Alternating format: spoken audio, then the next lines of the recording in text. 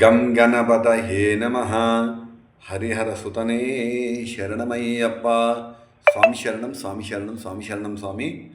నేను మీ పి చంద్రమోహన్ గురుస్వామిని మాట్లాడుతున్నా, ఉప్పల్ హైదరాబాద్ నుండి. స్వాములకు చిన్న విజ్ఞప్తి స్వామి. 41 రోజులు 41 సూచనలు భాగంగా ఇది 10వ సూచన స్వామి.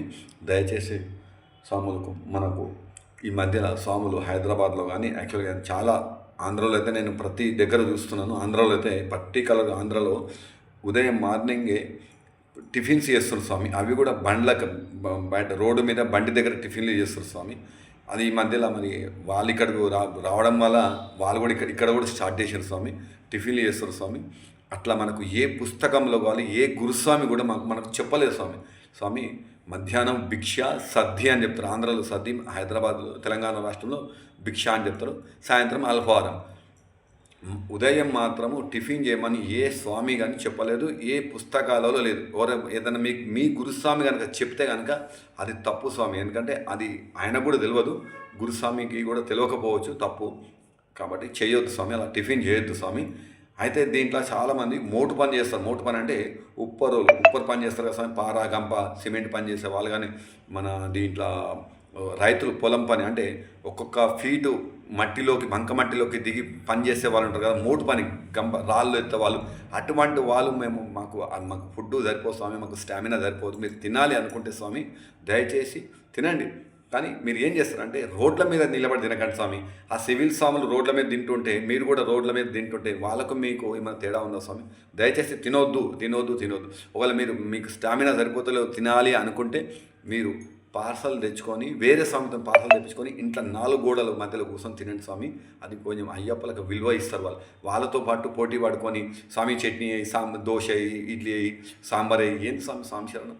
దయచేసి గమనించండి స్వామి. నేను ఎవరిని కూడా హట్ చేస్తలేను స్వామి, మనస్ఫూర్తిగా చెప్తున్నాను. మీకు తినాలి, మీ వల్ల అయితే అంటే మీ మన్యువాతతోని ఒక డబ్బా నిండా, స్టీల్ డబ్బా నిండా చుడువ చేయించుకోండి. అటుకులు తెచ్చుకొని చుడువ చేయించుకోండి. అది మీ ఇష్టం ఎంత అంటే అంత దీన్ని వెళ్ళండి పనికి. మీరు స్మార్ట్ వర్క్ అంటే ఒక విధమైన స్మార్ట్ వర్క్, మరీ మోటు పని హార్డ్ వర్క్ కాకుండా నార్మల్ వర్క్, జాబులు చేసేవాళ్ళు. కానీ ఎటువంటి వాళ్ళకు ఆహారం మార్నింగ్ అవసరం లేదు, మధ్యాహ్నమే తినాలి, సాయంత్రమే తినాలి, అది కూడా పూజ అయినాక.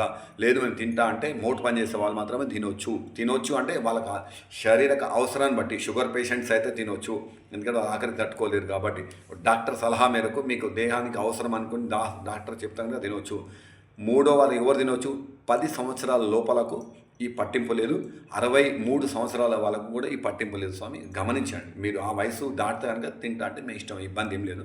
కానీ రోడ్ల మీద మాత్రం తినకండి స్వామి. ఒకవేళ అంతా తినాలి, మేము కూడా మా వాళ్ళ కూడా అయితే తినాలనుకుంటే ఒక అరటిపండు, గ్లాస్ పాలు తాగి వెళ్ళండి. అయ్యప్ప ఏమనుకోడు, అయ్యప్ప మనకు క్షమిస్తాడు. పసిపిల్లలు పాలు తాగితే ఏమంటాడు దేవుడు? ఏమన్నాడు? కానీ రోడ్ల మీద తినకండి ప్లీజ్, రోడ్ల మీద తినకండి ప్లీజ్ స్వామి. రోడ్ల మీద ప్లేట్లు పట్టుకొని రోడ్ల మీద తినకండి స్వామి దయచేసి. ఎందుకంటే భిక్ష అల్పాహారంలా మనము కింద కూర్చొని బంతి భోజనం చేసే సాంప్రదాయాన్ని అయ్యప్ప స్వామి భక్తులు కాపాడుతారు. దాన్ని మీరు ఖరాబ్ చేయకండి, దాన్ని మీరు ఈ వ్యవస్థను నాశనం చేయకండి స్వామి దయచేసి. ప్లీజ్ అర్థం చేసుకోండి. నేను ఎవరిని కూడా మనసు బాధ పెట్టాలని అంటలేను స్వామి. రోడ్ల మీద మేము వెళ్తూ ఉంటే అందరు తింటూ ఉంటే వాళ్ళకేసి అందరు చూస్తూ ఉంటారు స్వామి. అందుకే ఈ వీడియో చేయడం జరిగింది స్వామి. మీరు నచ్చితే కనుక ఇది ఓన్లీ స్వాముల గ్రూపులో సెండ్ చేయండి స్వామి, ఇతరత్ర గ్రూపులో సెండ్ చేయకండి స్వామి. ఏ శరణమయ్యప్ప. హరిహర సుతనే శరణమయ్యప్ప.